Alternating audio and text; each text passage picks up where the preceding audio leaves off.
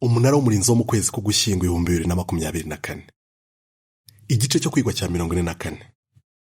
Iki gice kizigwa kuva ku itariki ya 6 kugeza ku ya 12 Mutarama. Uko wakwihanganira akarengane.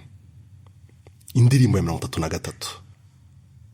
Ikoreze Yehova umutwaro wawe. Umurongo iki gice gishingiyeho ugira uti: ntimukemere ko ikibi kibatsinda, ahubwo mujye mukomeza kurwanya ikibi mukora ibikorwa byiza. Abaroma igice cya 12 umurongo wa 21. Iki gice kibandaho. Muri iki gice turi burebe ko twakwihanganira akarengane tukirinda ko ibintu bishobora gukomera. Paragrafu ya mbere n'iya kabiri, ikibazo. Vuga ukuntu twese dushobora guhura n'akarengane. Navukiye muri Kongo, ariko njye n'umuryango wanjye twaje guhunga bitewe n'intambara. Ikintu kimwe nibuka ni ibisasu twumvaga inyuma yacu igihe twarimo twiruka duhunga. Twumvaga abantu bavuza induru. Buri munsi aho twajyaga hose twabaga dufite ubwoba, tutizeye ko turi buramuke. Njye na mama nitwe twenyine twarokotse. Kandi iyo ni imwe mu mpamvu zatumye duhungira mu Rwanda. Yesu yatanze urugero rw'umupfakazi wakomeje kwinginga umucamanza ngo amurenganure. Nta gushidikanya ko urwo rugero rwakoze ku mutima benshi mu bigishwa ba Yesu, kubera ko muri icyo gihe byari bimenyereye ko abantu boroheje barenganywa. Urwo rugero natwe rudukora ku mutima muri iki gihe, kubera ko twibonera ukuntu akarengane kari hose. Muri iki gihe twibonera ukuntu abantu bashobora kudufata uko tutari, bakaturutisha abandi kandi bakadukandamiza. Ntibitangaje ko abantu badufata batyo. Icyakora ikintu tuba tutiteze ni ukubikorerwa n'abavandimwe n'abashiki bacu. Ariko ibyo bishobora kubaho. Birumvikana ko abavandimwe n'abashiki bacu batarwanya ukuri, ahubwo babikora bitewe n'uko badatunganye. Icyakora uko Yesu yitwaye igihe yahuraga n'akarengane, dushobora kubivanamo amasomo menshi. Niba dushobora kwihanganira abantu baturwanya kandi bakaturenganya, birumvikana ko tuba dushobora kwihanganira abavandimwe n'abashiki bacu mu gihe baturenganyije. None se Yehova yumva ameze ate iyo turenganyijwe n'abantu batamusenga cyangwa abavandimwe n'abashiki bacu? Ese abyitaho? Paragrafu ya 3, ikibazo.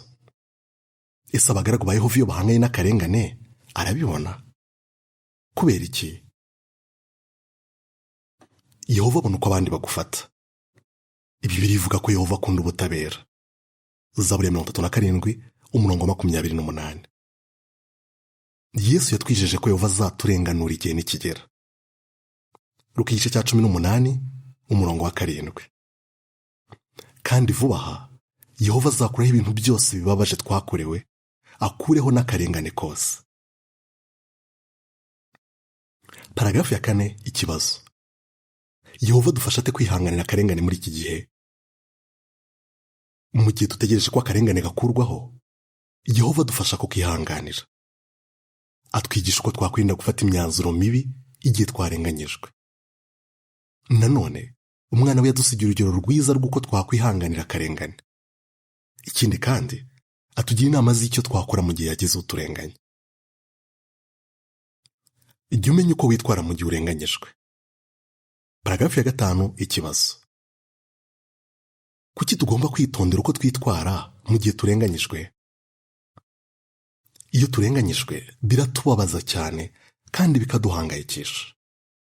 Abantu b'indahemuka urugero nka Yobu na Habakuki nabo bigeze kwiyumva batyo. Nubwo kwiyumva dutyo mu gihe turenganyijwe ari ibintu bisanzwe, tugomba kuba maso kugira ngo tudakora ikintu kigaragaza ko nta bwenge tugira. Paragrafu ya 6, ikibazo. Ibyabaye kuri Abusalomu bitwigisha iki? Iyo turenganyijwe hari igihe twumva dushaka kwikemurira icyo kibazo. Icyakora kubigenza dutyo bishobora gutuma ibintu birushaho kuba bibi. Reka dufate urugero rw'umuhungu w'umwami Dawidi witwaga Abusalomu. Yararakaye cyane igihe mushiki we Tamari yafatwaga ku ngufu na Amunoni bari bahuje papa.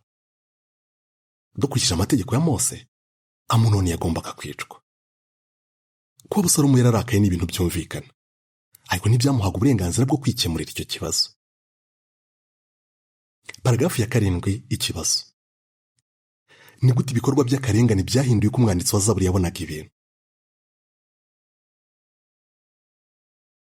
Iyo abantu barenganya abandi bakomeje kubaho ntibahanwe, dushobora kwibaza niba hari icyo bimaze gukomeza gukora ibikwiriye. Reka dufate urugero rw'umwanditsi wa Zaburi yabonaga ko abantu babi basa n'abamerewe neza ubagereranyije n'abakiranutsi. Yaravuze ati, abantu babi biberaho nta kibahangayikishije. Zaburi ya 73:12. Nanone yababazwaga cyane n'akarengane yabonaga ku buryo byatumaga atabona akamaro ko gukomeza gukorera Yehova. Yaravuze ati, nagerageje kubitekerezaho ngo mbisobanukirwe, ariko birampangayikisha cyane. Zaburi ya 73:14-16. Yageze nubwo avuga ati, ariko njye intambwe zanjye zari hafi guteshuka, ibirenge byanjye byari bigiye kunyerera. Zaburi ya 73:2. Ibintu nk'ibyo byabaye ku muvandimwe turi bwite Alberto. Paragarafu ya 8 ikibazo. Akarengane katumye umuvandimwe yumva ameze ate? Alberto bamubeshye ko yibye amafaranga mu mpano z'itorero. Ibyo byatumye yamburwa inshingano, kandi abagize itorero bamenye icyo kibazo ntibongera kumwubaha. Yaravuze ati, numvise mbabaye cyane kandi bintera umujinya. Agahinda yagize katumye adakomeza gukorera Yehova ku buryo yamaze imyaka 5 yarakonje. Ibyabaye kuri uwo muvandimwe bigaragaza ibintu bishobora kutubaho mu gihe turenganyijwe maze tukarakara cyane. Jya wigana uko Yesu yitwaye igihe yarenganywaga. Paragarafu ya 9 ikibazo. Ni akahe karengane Yesu yahuye nako? Yesu yadusigira urugero rwiza rwo kwihanganira akarengane. Reka turi ukuntu yarenganyijwe n'abantu b'umuryango we ndetse n'abandi. Bene wabo batamwizeraga bavuze ko yari yasaze, abayobozi b'idini bamushinja ko akora n'abadayimoni, n'abasirikare b'Abaroma baramuseka, baramukubita, amaherezo baramwica. Icyakora Yesu yihanganiye ako karengane kose kandi ntiyihorera. Ni irihe somo twavana ku myitwarire ye? Paragarafu ya 10 ikibazo. Yesu yihanganira gata akarengane. Mu rwandiko rwa mbere rwa Petero igice cya 2 umurongo 21 kugeza kwa 23 hagira hati, koko rero ibyo nibyo mwatoranyirijwe, kuko na Kristo yababajwe ku bwanyu, akababera urugero kugira ngo mujye mumwigana. Nta cyaha yigeze akora kandi ntiyigeze abeshya. Yaratutswe ntiyasubiza. Igihe yababazwaga ntabwo yashyizeho iterabwoba, ahubwo yari yiringiye umucamanza uca imanza zikiranuka. Yesu yadusigiye urugero rwiza twakwigana mu gihe duhuye n'akarengane. Yarazi igihe cyo kuvuga n'igihe cyo guceceka. Nanone ntiyigeze asubiza ibinyoma byose abantu bamuvugagaho. Iyo yahitagamo kugira icyo avuga, ntiyatukaga ababaga bamushinja ibinyoma cyangwa ngo batere ubwoba. Yesu yagaragazaga umuco wo kumenya kwifata. Bibiliya igira iti, yiringiye umucamanza uca imanza zikiranuka. Yesu yarazi kuko Yehova abona ibintu ari byo by'ingenzi.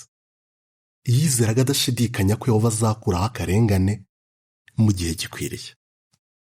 Ibisobanuro bigira biti, mu rwandiko rwa mbere rwa Petero mu gice cya 2 n'icya 3 yagaragaje akarengane abakristo mu kinyejana cya mbere bahuraga nako iyo babaga bafite ba shebuja b'abagome cyangwa abagabo batizera.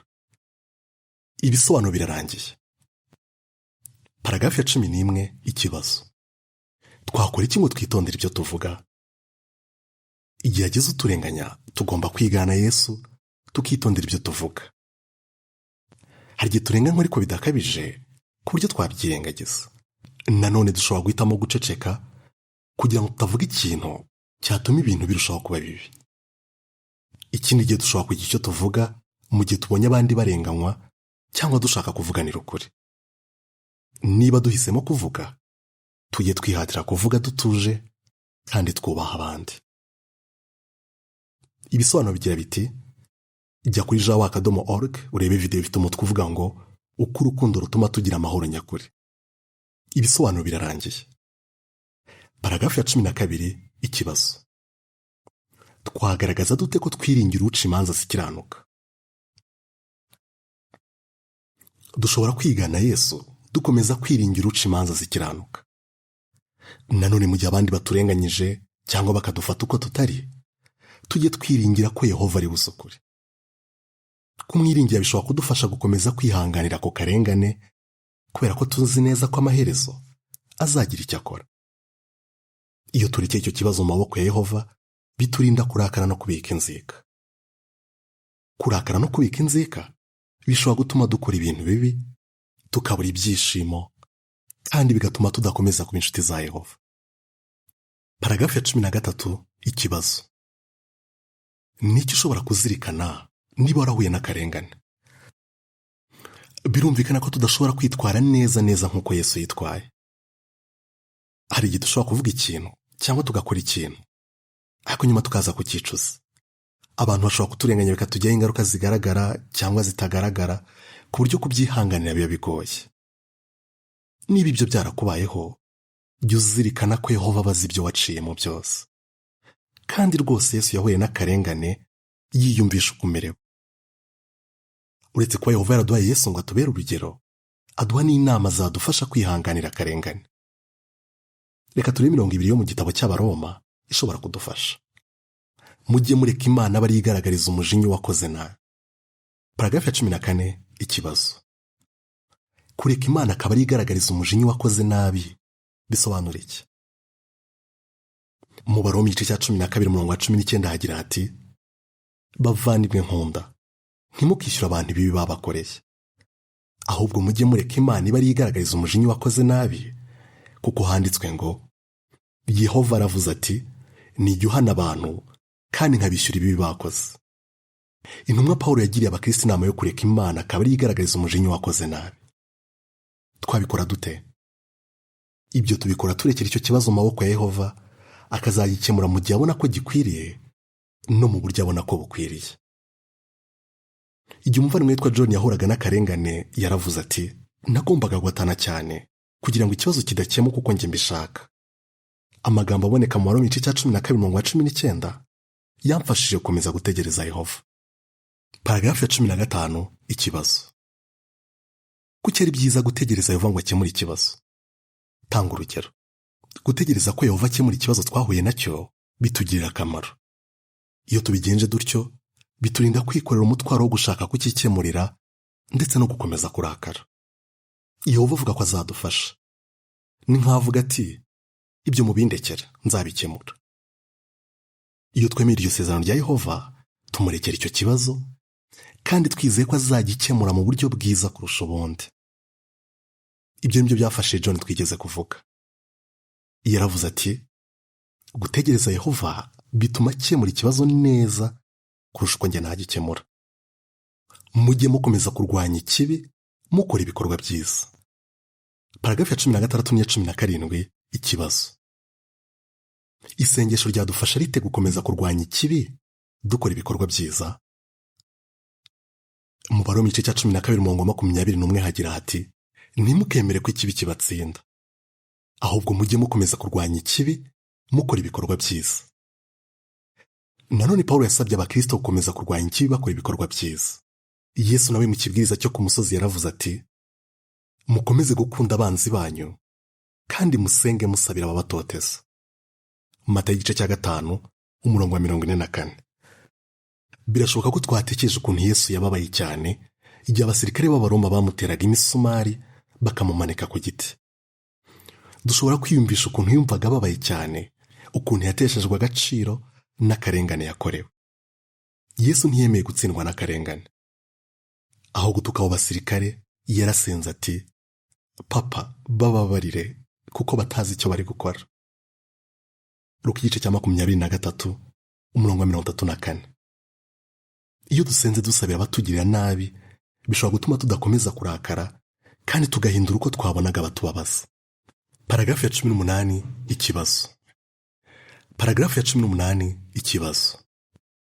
Isengesho ryafashe Rita Roberto na John kwihanganira akarengane bahuye nako. Isengesho ryafashije abavandimwe babiri bavuzwe muri iki gice kwihanganira akarengane bahuye nako. Alberto yaravuze ati, nasengeye abavandimwe bandenganyije. Nanone nasenze Yehova kenshi kugira ngo amfashe kwirengagiza icyo kibazo. Igishimisha nuko Alberto yongeye gukorera Yehova mu budahemuka. John nawe yaravuze ati, nasenze inshuro nyinshi nsabira umuvandimwe wandenganyije. Kumusengera kenshi byatumye nkomeza kumubona mu buryo bukwiriye aho kumucira urubanza. Nanone kandi byatumye mbona amahoro yo mu mutima. Paragrafu ya 19, ikibazo. Mu gihe isi mbi itaravaho, niki tugomba gukora? Mu gihe isi mbi itaravaho, ntituzi neza akarengane tuzahura nako uko kazaba kameze. Ariko uko byagenda kose, ntituzareke gusenga Yehova tumusaba ko adufasha. Nanone tuzigana uko Yesu yitwaye igihe bamurenganyaga, maze dukomeze gukurikiza amahame yo muri Bibiliya. Nitubikora, tuzaba twiringiye tudashidikanya ko Yehova azaduha umugisha. Mu rwandiko rwa mbere rwa Petero, igice cya 3 umurongo wa 8 n'9 hagira hati, ahasigaye rero mwese mugira imitekerereze imwe, mujye mwishyira mu mwanya w'abandi, mukundana urukundo rwa kivandimwe, mugirirane impuhwe kandi mwicishe bugufi. Ntimukagire umwishyura ibibi yabakoreye cyangwa ngo musubize ubatutse. Ahubwo umuntu mujye mumuvugisha mu bugwaneza, kubera ko ari byo mwatoranyirijwe kugira ngo muzahabwe umugisha. Wasubiza ute? Twakwigana Yesu dute mu gihe duhuye n'akarengane? Kureka Imana akaba ari igaragariza umujinya wakoze nabi bisobanura iki? Isengesho ryadufasha rite kwihanganira akarengane? Indirimbo ya 38. Imana izagukomeza. Igice kirarangiye.